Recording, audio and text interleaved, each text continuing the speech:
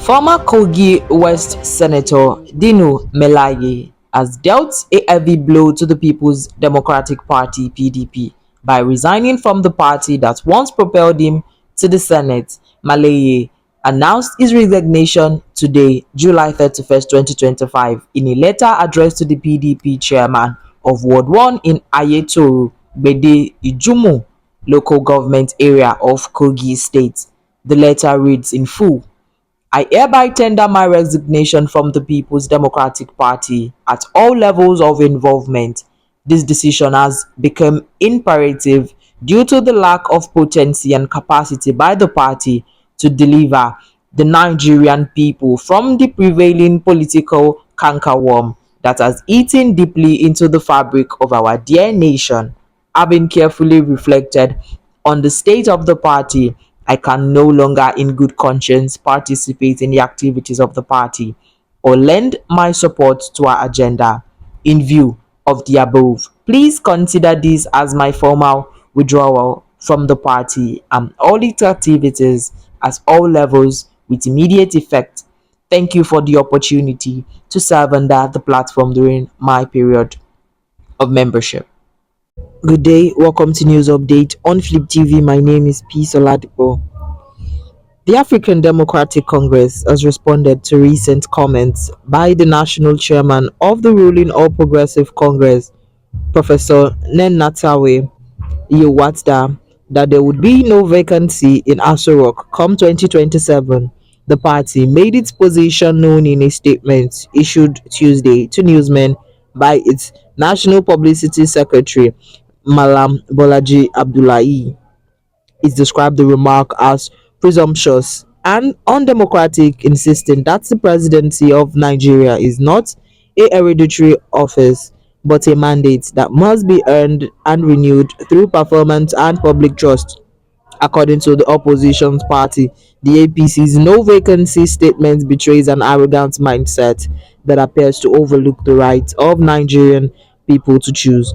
The ADC warned that the APC should guide against utterances that could further suggest that people's votes would not count. The African Democratic Congress has clarified that the 2023 Labour Party presidential candidate Peter Obi and former Kaduna State Governor Nasir El-Rufai has been exempted from defecting from their current political platforms ahead of the 2027 general election.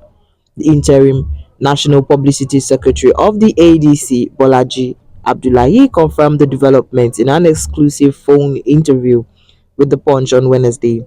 His clarification followed a stern warning issued on Tuesday by the interim national chairman of the ADC, David Mark, who insisted that the party, under his watch, would brook no form of anti party activities or indiscipline.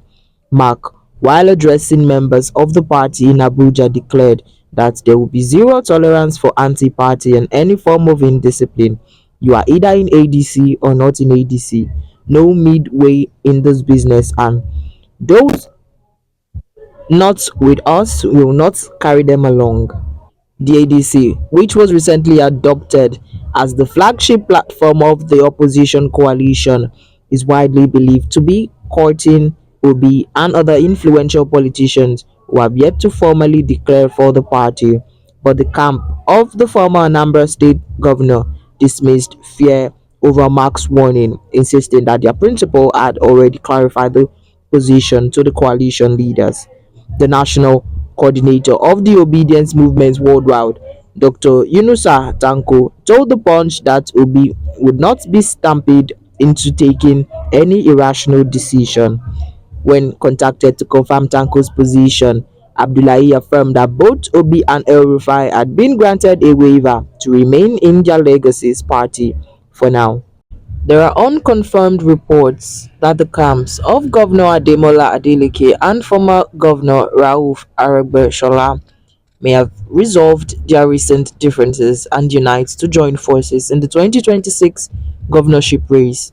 Top leaders in the know of development revealed that the recent media exchanges between the two groups have been resolved, with both sides agreeing not to launch media attacks against each other.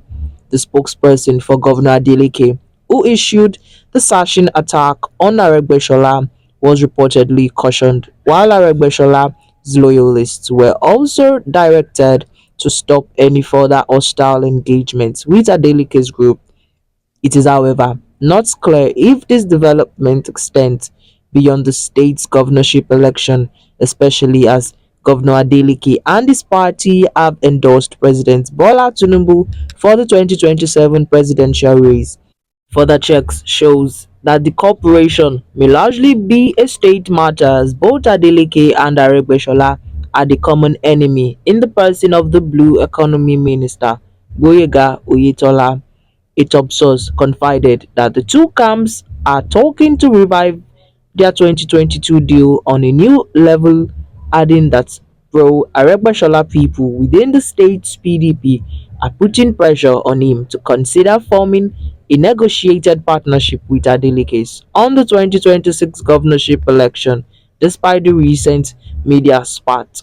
The speculation of the new partnership gained momentum recently when Aregbesola visited former Governor Olagunshoye Oyinlola rather than accepting any invitation to join ADC's insider source, said Oyinlola pressured Aregbesola to re-enter his old partnership with the Adelekes. According to the source, the issue in question is alliance with PDP and not the joining of ADC, as Prince Oyinlola has had past bad experiences with Aregbesola in APC days.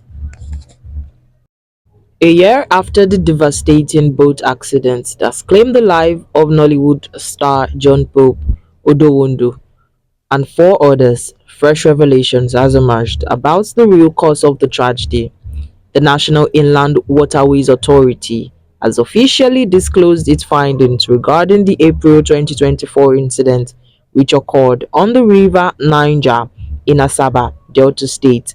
The late actor was turning from a movie shoot titled Another Side of Life when the boat capsized near Cable Point. The accident occurred on River Niger in Asaba, Delta State.